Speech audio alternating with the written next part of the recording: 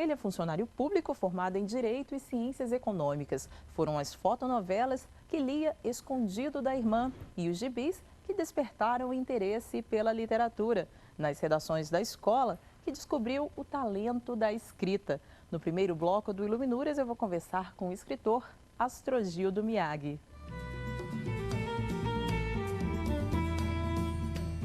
Ele é baiano da velha Remanso, cidade que desapareceu em decorrência da barragem de Sobradinho. Saiu do interior e foi para Petrolina, em Pernambuco, para terminar os estudos. Em 2001, mudou-se para Brasília e ocupa a cadeira 27 da Academia de Letras de Taguatinga. Seu caminho literário começou cedo. Aos 10 anos, já escrevia suas primeiras poesias. O autor usa uma doçura persuasiva para atrair o leitor, lançando vez ou outra na condição de personagem. Autor de várias obras, entre elas está o seu romance Lampião, Governador de Brasília.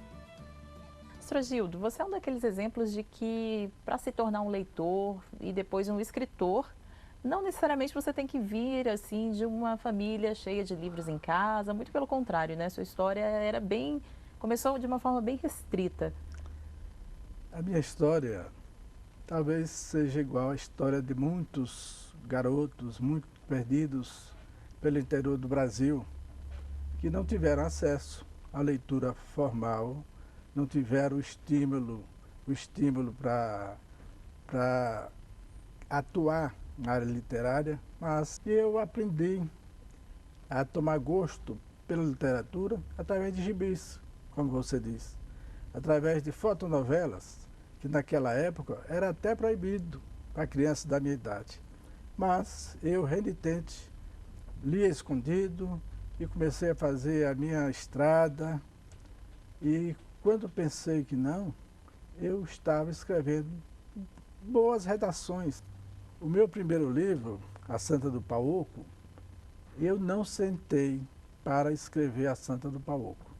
Eu sentei para escrever O Purgatório de Eduardo. Mas, no transcorrer do Purgatório, apareceu esse fato da Santa do Paoco, que foi tão forte que eu tive que parar o livro que eu escrevia e transformei A Santa do Paoco num livro que foi, de fato, o meu primeiro livro e é muito falado, até pelo título, né?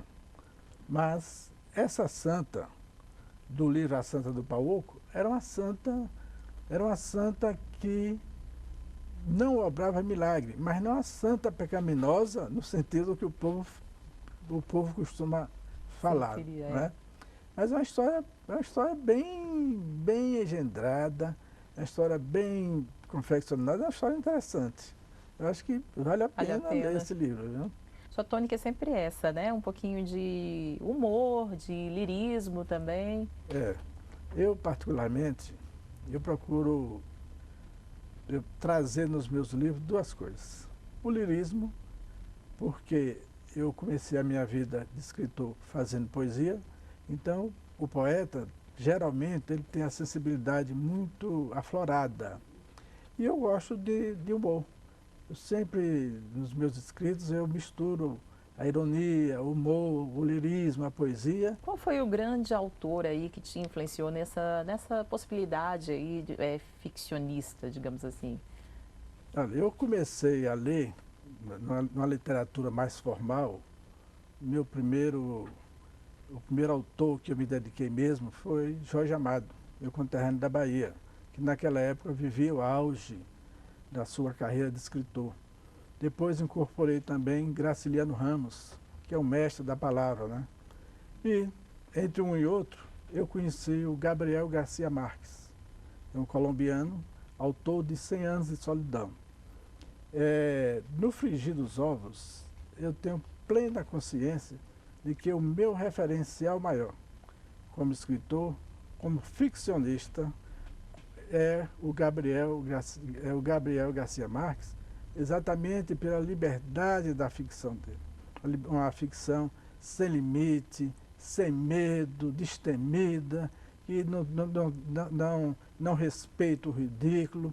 É uma ficção que quebra os paradigmas.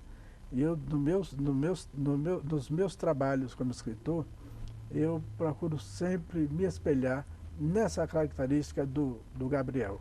Dos 7 livros, qual que seria o que marca mais essa liberdade? Eu acredito que seja, até pelo próprio tema do livro, seja Lampião, governador de Brasília. Fala um pouquinho dele O pra Lampião, gente. você vê o caráter da imaginação, né? O limite da imaginação. Eu ressuscitei Lampião na Chapada Diamantina, lá na Bahia, e o conduzi com 37 cangaceiros pela BR-020 até chegar aqui em Brasília e o transformei em governador eleito de Brasília. A maior dificuldade, a dificuldade inicial, foi a forma como eu ressuscitaria, eu recriaria o Lampião, que está morto há quase um século. Pensei na biotecnologia, na genética, pensei em tudo, mas resolvi recriar o Lampião em sonho. Então a história toda é um sonho, e o sonho termina quando o protagonista, o condutor da história, no caso eu, saio de um coma profundo. Aí vem a realidade, novamente, a realidade dura e crua. O mais recente livro, O Homem que Morreu 5 Vezes, é também um pouco autobiográfico, né? Tem algumas coisas, porque o ficcionista, ele não cria as suas histórias do nada. Ele, na realidade, ele recria. E nesse processo de recriação, ele utiliza o quê? As experiências de vida próprias. Então tem coisas autobiográficas.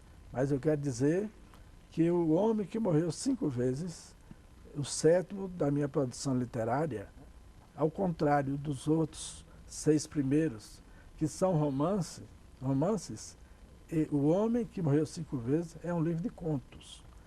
O livro de contos tem uma particularidade. Você não para escrever um livro de contos.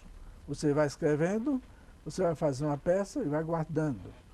E a forma, como romancista, eu acho que o meu perfil é muito de romancista, como romancista, eu procurei dar uma unicidade, dar uma coerência aos contos. Então, criei 5 contos em que, só na ilusão, o protagonista, o escritor, morre. Mas só na ilusão, ele não morre de fato. Ilusoriamente, ele morre. E distribuí esses contos, onde o escritor morre, ao longo do livro. Daí o nome, O Homem que Morreu 5 Vezes. Projetos para o futuro? Olha, eu tenho alguns projetos. Entre esses, eu já comecei a escrever um livro voltado mais para a área ecológica, e o título será Os Primeiros Contatos com os Macacos Falantes. Esses macacos falantes, eles serão descobertos na foz de um rio na região oeste da Bahia, em Correntina. Eu acho que vai dar um bom livro, porque é uma região que até 10 anos atrás era totalmente inóspita, com muitas histórias. E o que eu pretendo é explorar aquelas histórias e crendices populares. Eu estou já com ele todo delineado. Só falta aí começar a escrever. Isso, já comecei. Só falta mesmo conduzir a história e concluí-la. Daqui aproximadamente um ano ele estará pronto. Ok, muito obrigada, Srogildo, pela sua presença aqui no Iluminuras. Eu é que devo agradecer pela oportunidade. E o Iluminuras não terminou. No próximo bloco eu vou conversar com o Procurador do Estado da Bahia, Marco Aurélio de Castro Júnior. Não saia daí.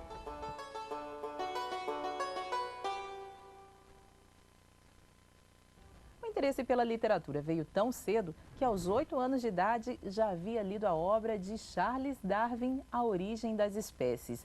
Vindo de uma família de advogados, hoje é procurador do Estado da Bahia.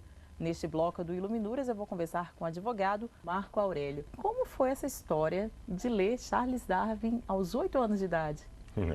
Eu sempre recebi muitos livros de presente de meu avô paterno e quase todos eram livros sobre animais. Então o interesse surgiu daí, dessa leitura, e quando eu me deparei com um livro que fazia referência a Darwin, eu quis saber mais e fui buscar a obra e li, como você disse, ainda criança, e recomendo que todos leiam, porque é uma obra seminal, né, para o estudo da humanidade. Agora, o gosto por Darwin te acompanhou ao longo da sua história de leituras, né? Sim, é verdade. Eu sou fascinado pelas ideias dele, pela mudança que ele causou no mundo, né? O mundo era um antes e passou a ser outro depois dele. Agora você é de Salvador e até conhece aí uma história dele através das leituras de que ele realmente foi lá na terra baiana e daí começou a origem. Na década de 1820, quando ele fez a famosa viagem dele a bordo do Beagle, uma das paradas foi Salvador. E ele chegou na época do carnaval, segundo consta, pelo menos é isso que tem registrado nos seus diários. E ficou espantado com aquele povo dançando na rua, aqueles homens nus da cintura para cima. E, segundo se sabe, lá em Salvador ele teria tido o primeiro insight dele para a teoria da evolução, quando ele, subindo a falésia que separa a cidade alta da cidade baixa, se deparou com algumas conchas incrustadas na terra. Então ele teve a percepção de que ou a terra desceu, ou subiu, melhor dizendo, ou o mar desceu. Então que as coisas não eram isso como sempre foram, as coisas mudavam. E se mudavam, ele queria entender o porquê, e esse ritmo de mudanças é crescente, é o que nós vivenciamos até hoje. Tá certo. Agora, o seu conhecimento literário começou bem cedo, né? Foi influência da família, foi escola? Como é que foi? Quem que influenciou mais aí? Bom, a pergunta é quem influenciou mais, porque influências as pessoas têm de várias ordens, de várias origens. Sim, acho que é a família. Minha mãe lê muito, meus pais leem muito, meus avós, então liam, né? São falecidos, mas esse estímulo veio de casa, realmente. Você acha que é importante esse estímulo? Hoje você repete também com os seus filhos, né? Sim, minha filha Maria, de 8 anos, adora ler, e a pequenininha, que é a Rafaela, que tem 1 ano e 4 meses, já pega os livros, olha com interesse. Darwin também? Ainda não. Minha filha mais velha já leu. Tem uma revistinha do Maurício de Souza que trata da história de Charles Darwin. Eu dei para ela ficou encantada também. E agora, então, você acredita então que é importante aos pais, à escola, fazerem, né, motivarem aí a leitura dos meninos? Fundamental. Eu acho que é fundamental o estímulo à leitura. Mesmo nesse mundo de alta tecnologia que nós vivemos, que as coisas passam rapidamente, as coisas mudam numa velocidade crescente, o hábito da leitura permite que a pessoa fique um pouco mais centrada, que se aprofunde nas coisas. Hoje a gente tem acessos, e acesso parece que está relacionado com olhar brevemente e deixar aquilo de lado. Enquanto que a leitura exige que você aprofunde, que você fique imerso naquele mundo. Então, eu acho que é importante, acho que é fundamental para a formação do sujeito. Agora, nesse mundo tecnológico, você também escreve sobre tecnologia, né? Sim. Uma das áreas de maior interesse meu é a área de Direito e Tecnologia.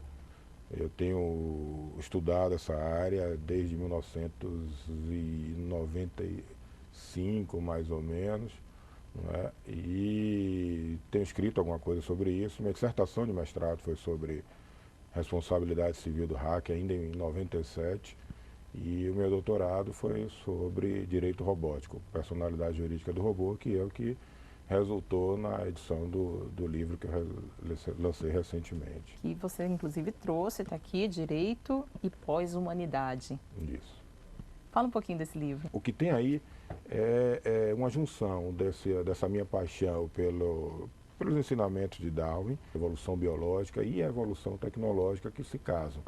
Então, como as coisas mudam, e a gente vê uma aplicação e um desenvolvimento crescente da tecnologia, e ainda e deve ser sempre o homem a coisa mais importante, sempre me intrigou o fato de que é possível que adiante hajam seres, os robôs, é o que tem na tese, que venham a ter um desenvolvimento tão grande que se assemelhem ao nosso desenvolvimento e, eventualmente, até supere. Então, isso é intrigante, isso ajuda a conhecer mais do homem, porque para compreender o robô é preciso compreender o homem. Foi isso que eu procurei fazer aí na obra. Buscando desde os filósofos pré-socráticos para buscar o conceito de pessoa, depois para verificar que o conceito de pessoa não está atrelado ao conceito de ser humano, que é muito cruel, mas é verdade, e com incursões em psicanálise, na lógica de Kurt Gödel, nas teorias autopoéticas de Maturana e Varela, própria teoria da evolução e arrematando isso tudo com a lei dos retornos acelerados de Ray Kurzweil, para compreender que esse desenvolvimento tecnológico, assim como o desenvolvimento biológico, eles se dão de modo exponencial. Então, os ganhos são sempre de escala, daí porque a lei dos retornos acelerados. Isso poderá resultar, em pouco tempo, segundo o Ray Kurzweil e outros, Vernon Wind e outros estudiosos disso, em um momento de desenvolvimento de tal ordem, com tal velocidade, que haja uma explosão nessa tecnologia. E esse momento de explosão tecnológica será, do desenvolvimento da tecnologia, será o da singularidade tecnológica. O robô que pode advir disso, lembre-se, é só uma tese, eu não sou profeta de verdade, é um estudo baseado em outros estudos que antecederam, né? Então, segundo todas essas pessoas, mundo afora, que estudam esse tema, essa singularidade tecnológica poderá resultar em um robô mais inteligente que os seres humanos, mais forte, com sentimentos, com autoconsciência. É disso que trata o robô, para chegar à conclusão de que, se esse robô de fato vier a ocorrer, existir, ele deverá ter um tratamento jurídico semelhante ao que os seres humanos têm. Então, eles seriam sujeitos aí de direito. Seriam sujeitos de direito. Ok. E qual que é a relação do direito com a literatura para você? Bom, o direito é uma forma de linguagem, uma linguagem que expressa uma compreensão ou um aspecto da cultura, né, vigente em determinado local, em determinada época, e, sendo assim, sem as possibilidades todas que a literatura tem, os sobrevoos, né, quase que infinitos que a literatura permite, é uma maneira de se expressar, e não é possível estudar ou pensar o direito sem ter tido bastante leitura. Então, acho que o que a gente mais faz é ler, não é? De tudo, a gente lê de tudo quando se dedica ao direito, e deve ser assim, né? E no seu caso, o que você prefere? Que tipo de leitura? Bom, eu gosto muito dos livros, eu leio tudo. Eu leio de bula de remédio, a manual de qualquer coisa que chegue na minha mão, livro de qualquer coisa, de matemática, de física, de biologia e até de direito, não é?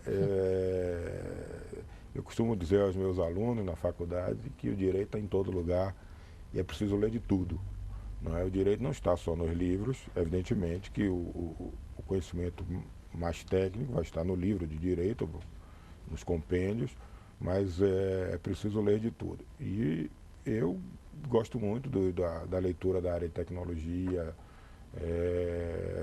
no âmbito do direito, a minha área de atuação mais específica, direito de informática e telecomunicações, direito empresarial, que são as matérias que eu ensino na Universidade Federal da Bahia, os livros relacionados com direito internacional, comércio exterior, enfim, direito societário, no âmbito técnico, isso. No âmbito da literatura, adoro poesia, eu sou fascinado por Drummond, tem até um trecho de Drummond que eu cito no livro, e também gosto muito de ler biografias. E tem algum autor assim que você recomenda, que você consegue eleger? Não, você tem que ler isso aqui porque realmente é muito bom. Esses que eu me referi, eu gosto muito. Gosto de Drummond, li muito sobre Dalman, não só biografias dele, como a própria obra dele. Mais modernamente, mais atualmente, eu tenho lido muita coisa, muitos autores estrangeiros, como Ray Kurzweil, Vernon Wind e outros, sobre robótica e os temas relacionados com inteligência artificial, com cibercultura, Pierre Levy, por exemplo, não é? e também com inteligência artificial. São as minhas leituras nesta área do direito de informática ou de tecnologia. Então vamos aproveitar a oportunidade para conhecer um pouquinho mais do inglês Charles Darwin. Charles Darwin nasceu no dia 12 de fevereiro de 1809 na Inglaterra. Estudou medicina, mas não seguiu carreira. Charles desenvolveu sua paixão pela natureza e trabalhou para a Marinha Britânica como capitão. Sua função era mapear mares e costas desconhecidas. A viagem durou 5 anos. Nesse período, aproveitou para coletar tudo o que pudesse: rochas, fósseis, aves, insetos e animais grandes que ele mesmo empalhava. Estudou a origem das espécies e formulou a teoria da evolução dos seres vivos. Casou-se e teve 10 filhos. Darwin morreu em 19 de abril de 1872. Marco Aurélio, e você já está trabalhando em alguma obra? Você, como professor, deve escrever bastante, né? Mas, assim, já tem algum projeto aí que vai sair da gaveta? Como é que está a sua vida nesse sentido? Eu tenho algumas coisas prontas. Tenho um curso de Direito de Informática que eu escrevi com o professor César Triberti, professor italiano. Eu tenho a minha dissertação de mestrado, que é Responsabilidade Civil do Hacker, que eu estou fazendo algumas atualizações nela, porque já tem 15 anos praticamente. E é um tema da moda, né? O acesso indevido à informação. Então, tem tido interesse crescente nessa obra. De livros, especificamente esses dois. E qual que você, aproveitando o assunto também, né? Qual que é a sua opinião? O direito, ele está preparado para tratar desses temas? Nós temos leis suficientes para tratar de praticamente todos os temas, excetuando aqui ou ali um outro tópico, mas produção legislativa me parece que não é necessário. Agora, talvez quem não esteja preparado são as pessoas que trabalham com o direito. Como eu digo neste livro do Direito e Pós-Humanidade, o direito posto, o Código Civil brasileiro, o Código Civil português, o Código Civil espanhol foram estudados, o próprio direito consuetudinário, né, o Common Law, já permitem que se entenda o robô, por exemplo, que talvez seja o que há de mais avançado em termos de tecnologia, que esse robô tenha um tratamento legal, e aqui eu estou sendo mais específico do que o jurídico, não já na legislação que está posta, o nosso Código Civil, a nossa Constituição Federal, o Código Civil português, o Código Civil espanhol, já permitem tratar. Então, excetuando um tema ou outro, eu não vejo a necessidade de produção legislativa. O que é preciso é que o trabalhador do direito, o estudioso, o jurista, o juiz, o aplicador, compreenda a dimensão das mudanças e use o direito para tratar desse mundo que vem mudando de modo acelerado.